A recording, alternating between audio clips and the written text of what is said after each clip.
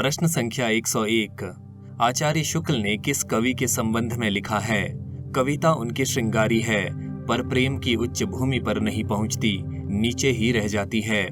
देव, घनानंद, बिहारी या मतिराम?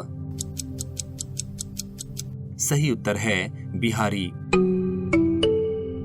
बिहारी की गिनती रीतिकाल की रीति सिद्ध काव्यधारा के प्रतिनिधि कवियों में की जाती है। बिहारी की काव्य कला और उनकी सतसई के संबंध में आचार्य रामचंद्र शुक्ल के प्रसिद्ध कथन इस प्रकार हैं। श्रृंगार रस के ग्रंथों में जितनी ख्याति और जितना मान बिहारी सतसई का हुआ, उतना और किसी का नहीं।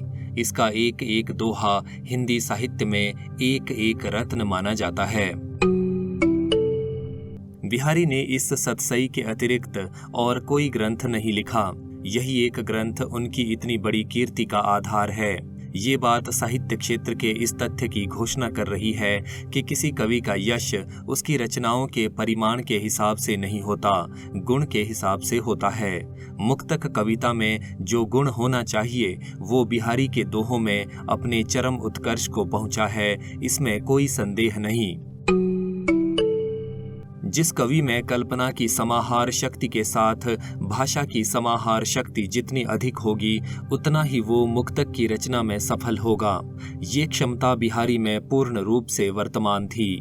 इसी से वे दोहे ऐसे छोटे छंद में इतना रस भर सके हैं। इनके दोहे क्या हैं? रस के छोटे छोटे छींटे हैं। बिहारी के बहुत से दोहे आर्या सप्तशती और गाथा सप्तशती की छाया लेकर बने हैं। इस बात को पंडित पद्म सिंह शर्मा ने विस्तार से दिखाया है, पर साथ ही उन्होंने ये भी स्पष्ट कर दिया है कि बिहारी ने गृहीत भावों को अपनी प्रतिभा के बल से किस प्रकार एक स्वतंत्र और कहीं कहीं अधिक सुंदर रूप दे दिया है। बिहारी की भाषा चलती होने पर भी साहित्यिक है, वाक्य रचना व्यवस्थित है और शब्दों के रूप का व्यवहार एक निश्चित प्रणाली पर है। ये बात बहुत कम कवियों में पाई जाती है। ब्रज भाषा के कवियों में शब्दों को तोड़ मरोड़ कर विकृत करने की आदत बहुतों में पाई जाती है। भूषण और देव ने शब्दों का बहुत अंग भंग किया है और कहीं कहीं गढ़ंत शब्दों का व्यवहार किया है। बिहारी की भाषा इस दोष से भी बहुत कुछ मुक्त है।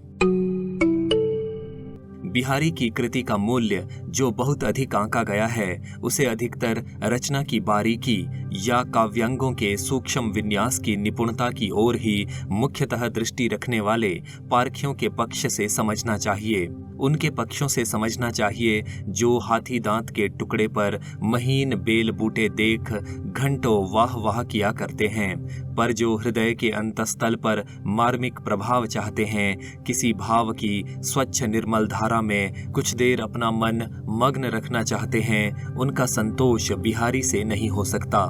बिहारी का काव्य हृदय में किसी ऐसी लय या संगीत का संचार नहीं करता जिसकी स्वरधारा कुछ काल तक गूंजती रहे। यदि घुले हुए भावों का आभ्यंतर प्रवाह बिहारी में होता तो वे एक एक दोहे पर ही संतोष न करते। मार्मिक प्रभाव का विचार करें तो देव और पद्माकर के कवित्त सवैयों का सा गूंजने वाला प्रभाव बिहारी के दोहों का नहीं पड़ता। दूसरी बात यह कि भावों का बहुत उत्कृष्ट और उदात्त स्वरूप बिहारी में नहीं मिलता। कविता उनकी श्रृंगारी है, पर प्रेम की उच्च भूमि पर नहीं पहुंचती, नीचे ही रह जाती है।